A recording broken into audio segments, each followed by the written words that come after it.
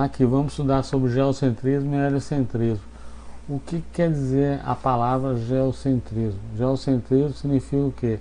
Geo, terra, e geocentro, centrar na terra. O geocentrismo é o quê? Defendia o quê? A terra no centro do universo e os outros planetas em volta dela, até o Sol. E a primeira pessoa que se tem noção assim que propôs assim as ideias do geocentrismo foi Aristóteles, tá vendo? Na Grécia Antiga. O Aristóteles, igual eu já falei, ele defendia o que? O geocentrismo, né?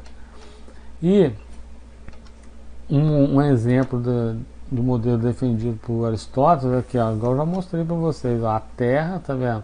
No centro do que? Do universo, e o que? Os outros planetas em volta, tá vendo? Até o Sol. Esse era o sistema defendido por quem? Por Aristóteles, o geocentrismo, tá vendo?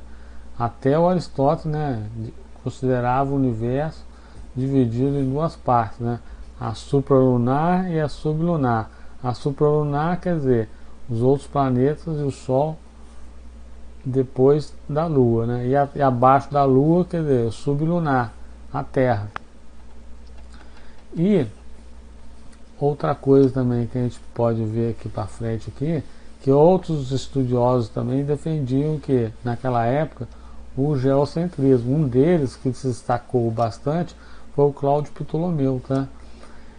Ele era o que? Ele era um astrônomo, matemático e geógrafo grego. Cláudio Ptolomeu, né? Cláudio Ptolomaios. Ele nasceu no Egito, viveu e trabalhou na Alexandria, onde realizou importantes trabalhos, tá vendo?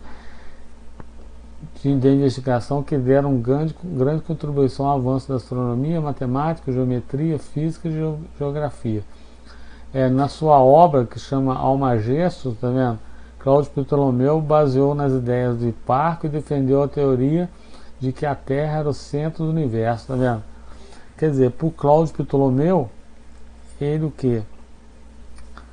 Pegou as ideias do Aristóteles aqui de geocentrismo também, do sistema geocêntrico do Aristóteles, deu uma aperfeiçoada nele e lançou o sistema dele também, geocêntrico, tá? E o que acontecia? Aqui, ó, a teoria geocêntrica baseava-se não só em dados de observações disponíveis, mas também em dogmas religiosos, que supunham que o homem era o rei das criaturas existentes e que por isso a Terra devia ocupar o centro do universo. É aquilo que eu falei para vocês. A igreja aproveitava, a igreja católica na época se aproveitava desse sistema geocêntrico para impor os dogmas religiosos dela, né? Quem fosse contrário a essas ideias de geocentrismo era contra a igreja e era condenado à morte, né? Na fogueira, julgado pela Santa Inquisição. Aqui, ó, tem um outro desenho aqui, ó, do modelo geocêntrico, tá vendo? De Aristóteles, tá vendo? A Terra no centro, a Lua, Mercúrio, Vênus, o Sol, tá vendo? Marte, Saturno e Júpiter, quer dizer, os outros planetas tudo em volta da Terra, o geocentrismo, tá? Isso aqui é um modelo de geocentrismo, mas também, ó, tem esse modelo aqui também, ó, do Cláudio Ptolomeu, que ele pegou de Aristóteles e deu uma aperfeiçoada nele. Por Cláudio Ptolomeu tinha o que?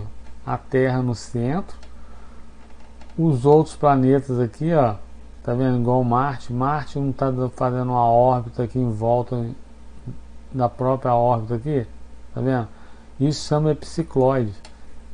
Essa volta que o planeta faz em volta da própria órbita aqui, ó, que é o deferente, esse aqui, essa órbita que em volta aqui da própria órbita aqui, chama-se epicicloide. E essa órbita que ele faz aqui em volta da Terra chama-se deferente, tá vendo? Os únicos que não tinham epicicloide era a Lua e o Sol. Os outros planetas tinham, e a Terra também tinha não.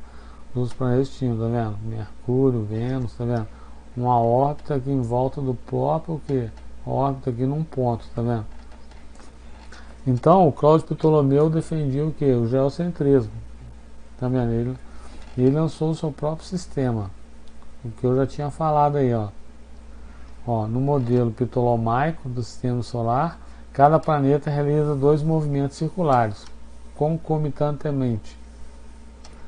Marte, por exemplo, descrevia um epiciclo cujo centro realiza uma deferente ao redor da Terra, contudo, isso não acontecia com a Lua e com o Sol, que descreviam apenas o deferente. Quer dizer, a Lua e o Sol só têm a sua órbita em volta da Terra, que é o deferente, só que os outros planetas, Marte, Vênus e Mercúrio, ó, tem o que? Seu epicicloide aqui, ó, uma órbita aqui em volta aqui, ó, do próprio ponto aqui da órbita dele, que é o deferente, ó, tá vendo? Um ponto aqui marcado no deferente e esse ciclo aqui, ó, que Marte fazia, tá?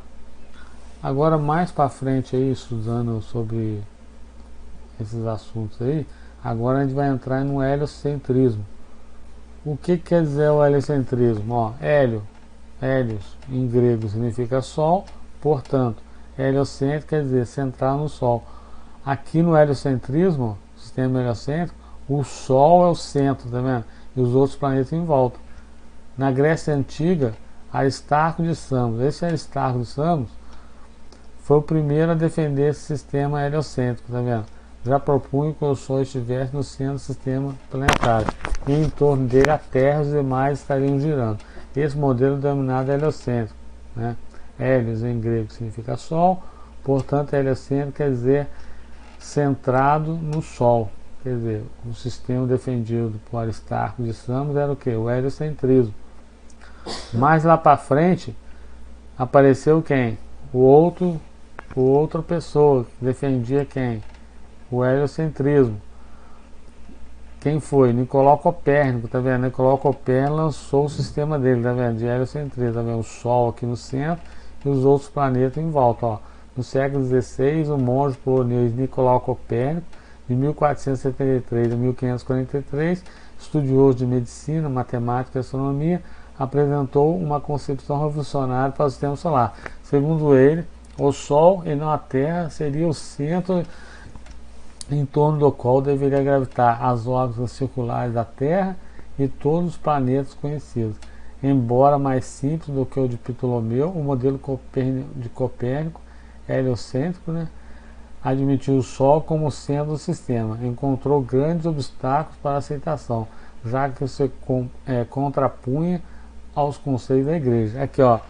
Então, ó, Nicolau Copérnico defendia o heliocentrismo, defendia? Defendia. O que aconteceu com ele? Esse sistema heliocêntrico aqui não era muito aceitado na época, ele se opunha à Igreja. E a história conta que o Nicolau Copérnico não foi julgado no Tribunal da Santa Inquisição, por quê? Porque ele fazia parte da Igreja. Quer dizer, ele era um sacerdote da época. Então ele não foi julgado pela Igreja por causa disso, porque ele era um sacerdote. E ele, como fazia parte da Igreja, quer dizer, ele não foi julgado igual o Galileu foi pela Igreja, tá? Mais tarde, depois de Nicolau Copérnico, apareceu quem? Galileu Galilei, com a soluneta. E através de soluneta, Galilei viu o quê? Que o sistema de Aristóteles, de geocentrismo, estava errado. Nicolau Copérnico estava certo, um sistema heliocêntrico, tá? Aqui, em maio de 1609, ele ouviu falar de um instrumento de olhar à distância, que o holandês Hans Lippershey havia construído, e que mesmo sem nunca ter visto o aparelho, construiu sua primeira luneta em junho, né, com aumento de 3 vezes. Quer dizer, o próprio Galileu Galilei construiu a sua luneta para observar os planetas, tá vendo? E uma coisa importante com a sua luneta, que ajudou ele muito na observação, foi o que, ó? Um importante adepto do pensamento copernicano, quer dizer, pensamento heliocêntrico, foi o físico e astrônomo italiano Galileu Galilei. Devido às necessidades de observações astronômicas, Galileu construiu diversas lunetas. Com ela, ele descobriu os satélites de Júpiter, os anéis de Saturno, as manchas solares e os detalhes da Lua. Além disso, elaborou mapas celestes de rara precisão para a época. Tá vendo? Galileu Galilei teve grande contribuição na astronomia, tá vendo? Esboço da Lua feito por Galileu em 1610, tá vendo? Isso aqui foi desenho que Galileu Galilei fez, tá vendo? Na época que ele fez as pesquisas dele, observando a Lua com sua luneta, tá? Então, quer dizer, Galileu Galilei teve grande contribuição para o sistema heliocêntrico. E ele também, ó, igual eu falei para você, ele foi condenado pela igreja, tá vendo? Católica, ó. Aqui, ó, Galileu foi condenado e preso por defender suas convicções científicas. Olha lá, o físico italiano Galileu Galilei é considerado para muitos um símbolo de resistência, por ter sido coagido a negar suas teorias, em troca de preservar a sua vida pelo Tribunal da Santa Inquisição da Igreja Católica. No tribunal, em 1633, ele foi julgado e condenado à prisão domiciliar até o fim de sua vida. 9 anos depois, foi somente em 1983, portanto mais de 3 séculos depois de sua morte, que houve um pedido de perdão feito pelo Papa João Paulo II, em nome da Igreja Católica. Nesse lamentável acontecimento, podemos perceber que as ideias e teorias criadas ao longo da história estão sujeitas a mudança e não podem ser consideradas infalíveis. Tá vendo? Por causa do Galileu Galilei defender o heliocentrismo, ele foi condenado pela igreja, tá vendo? Teve que ficar em prisão domiciliar, o que não aconteceu com Nicolau Copérnico, porque Nicolau Copérnico fazia parte da igreja. Quer dizer, Galileu Galilei teve que negar o quê? As suas ideias sobre heliocentrismo, para não ser condenado à morte. Mais lá para frente, apareceu quem? Tycho Brahe. Tycho Brahe foi o quê? Foi outra pessoa que defendia o quê? Ele defendia um sistema binário, tá vendo? Porque ele não defendia as ideias de Nicolau Copérnico. Ó. Para Tycho Brahe, todos os planetas, menos a Terra, giravam em torno do Sol. E o Sol e a Lua giravam em torno da Terra. Com tal sistema, o astrônomo dinamarquês imaginou que seria possível um modelo melhor que Nicolau Copérnico, mas ele morreria antes de comprovar sua teoria. Quer dizer, a história conta que Tycho Brahe foi o que? Envenenado. Segundo a história conta, que pressupõe também que ele foi envenenado na época. Ele faleceu antes de mostrar o que? O seu sistema. Para o Tycho Brahe, o sistema dele era esse, ó. A Lua e a Terra, tá vendo? Em volta da Lua, a Terra, o Sol, e em volta do Sol, os outros planetas. Quer dizer, um sistema binário ali, tá vendo? De representação do sistema.